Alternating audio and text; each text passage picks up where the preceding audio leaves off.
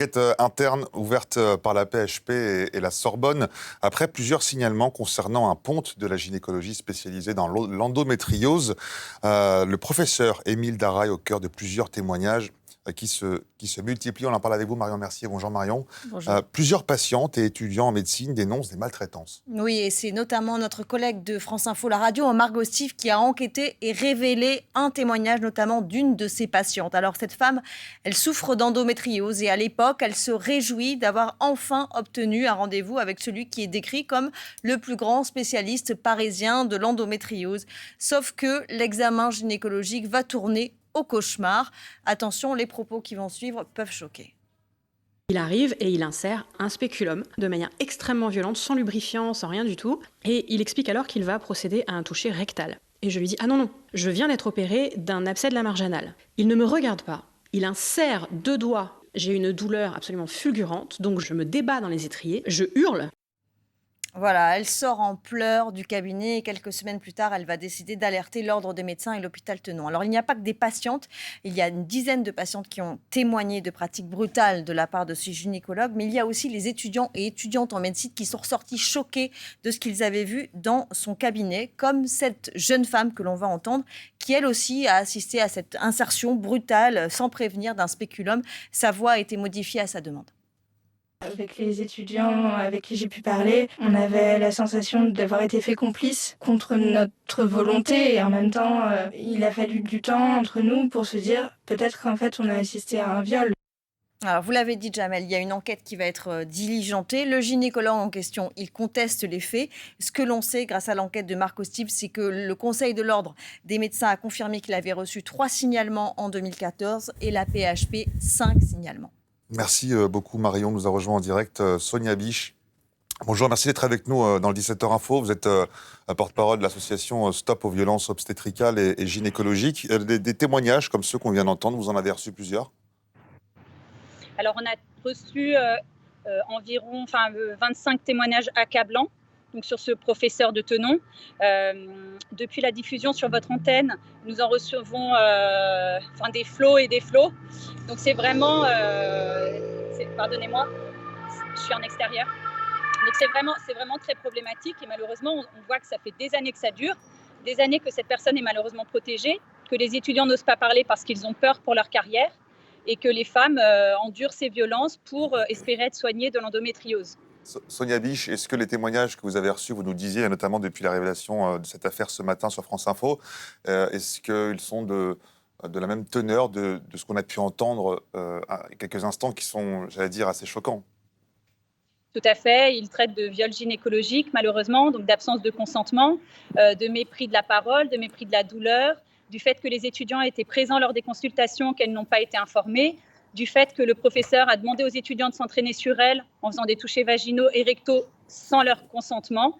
Tous les témoignages concordent et c'est vrai que ce qu'on se rend compte, c'est que les violences gynécologiques, elles sont vraiment généralisées malheureusement en France, mais il y a un pouvoir médical qui est tellement fort que malheureusement, on ne réalise pas qu'il y a beaucoup d'abus de pouvoirs médicaux et souvent les médecins sont protégés ou c'est parole contre parole et on ne croit pas les femmes malheureusement quand elles dénoncent.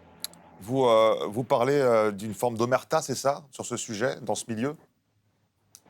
Bien, c'est vrai qu'on a une image un peu d'épinal des médecins en se disant que forcément, c'est des gens qui ont fait ces études pour sauver des vies, pour être bien traitants. Malheureusement, il y en a qui ne le sont pas. Et c'est vrai que, comme les victimes qui sont choquées, quand elles sont violentées, elles ne croient pas à ce qui leur arrive. Elles se disent, mais c'est pas possible. Moi, ça fait 8 mois que j'attends mon rendez-vous. J'ai besoin d'être sauvée. Et là, je suis violentée. Donc, elles sont complètement sidérées. Elles ne savent pas comment réagir. Les étudiants, ils ont envie d'avoir leur stage validé. Vous voyez, c'est l'autorité quand même. Donc, tout le monde se tait. Il y a la confraternité là-dessus où aucun collègue ne peut dénoncer ces mauvaises pratiques. Le Conseil de l'Ordre des médecins, malheureusement, a été épinglé par la Cour des comptes pour sa mauvaise gestion des plaintes des patientes. Porter plainte en justice, malheureusement, le viol gynécologique n'apparaît pas dans la loi française. Donc, c'est l'impunité totale. On ne sait même plus comment conseiller les victimes pour les démarches parce qu'il n'y a aucune réponse actuellement. Merci sur votre antenne d'en parler parce qu'elles n'ont plus aucun recours à part la médiatisation. Et justement, vous parlez de la réaction des victimes et de la manière dont elles peuvent dénoncer les faits. La PHP a déclaré avoir reçu 5 signalements pour ce médecin et 4 d'entre eux, je crois, n'ont pas donné suite. Alors, qu'est-ce qui se passe? Ce sont des femmes qui abandonnent les démarches ou qu'est-ce que vous avez comme information sur les suites qui sont données à ces dossiers? Alors déjà, ce sont des femmes qui souffrent d'endométriose. Ensuite, elles sont violentées. Quand elles le disent, on ne les croit pas. C'est parole contre parole. En plus, c'est un grand professeur. C'est quelqu'un qui est même conseillé par des associations de victimes, qui forme les étudiants. Enfin, vous voyez qu'il y a un aura assez fort. Donc, ces femmes, on ne les croit pas. Ensuite, quand elles veulent porter plainte, le Conseil de l'ordre des médecins peut mettre des amendes. Ils disent pour plainte abusive. Donc, nous, on ne peut même plus conseiller les patientes d'aller signaler à l'ordre des médecins. C'est ce qu'il faudrait. Mais on ne veut pas qu'elles aient 5 000, 10 000 euros d'amende pour plainte abusive, alors que pour nous, ça n'est pas du tout des plaintes abusives. Et en justice, il faut avoir du coup l'argent pour porter plainte. Donc, c'est vraiment délicat comme situation. Donc, c'est peut-être des personnes qui se sont dit de toute façon que c'était David contre Goliath, qu'elles n'allaient jamais y arriver ou qu'elles n'avaient pas forcément l'argent ou le temps. C'est vraiment une bataille quand on est victime pour avoir son préjudice reconnu. Surtout en gynécologie, parce qu'il y a une impunité et face à des médecins, malheureusement, beaucoup de femmes ne font pas le poids. Alors effectivement, cette affaire met en lumière quelque part justement ce que vous nous disiez, cette forme d'omerta que vous dénoncez dans ce milieu. Le viol gynécologique, c'est une réalité, ça, en France aujourd'hui? C'est une réalité. On reçoit des dizaines et des dizaines de témoignages tous les jours sur des violences qui sont commises en France. Le Haut Conseil à l'égalité entre les femmes et les hommes a émis un rapport, c'était en juin 2018, où le HCE dit que ces violences sont généralisées en France. Depuis 3 ans, il n'y a aucune mesure du gouvernement, aucune mise en place des recommandations de ce rapport, qui est pourtant brillant. Donc, on se rend compte que malheureusement, rien n'est fait pour aider les femmes dans les cabinets gynécologiques ou les maternités.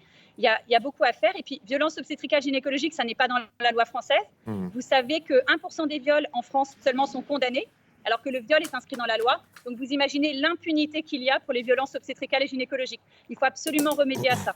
Merci infiniment. Merci beaucoup, Sonia Biche, d'avoir été avec nous dans le 17h Info. Merci et n'hésitez pas à nous envoyer encore vos témoignages si vous êtes témoin ou victime, que ce soit Tenon ou ailleurs. C'est grâce à la parole qu'on fera changer la honte de camp et voilà, que l'omerta cessera. Merci à vous. Merci beaucoup, Sonia Biche, d'avoir été avec nous sur France Info. On en vient maintenant à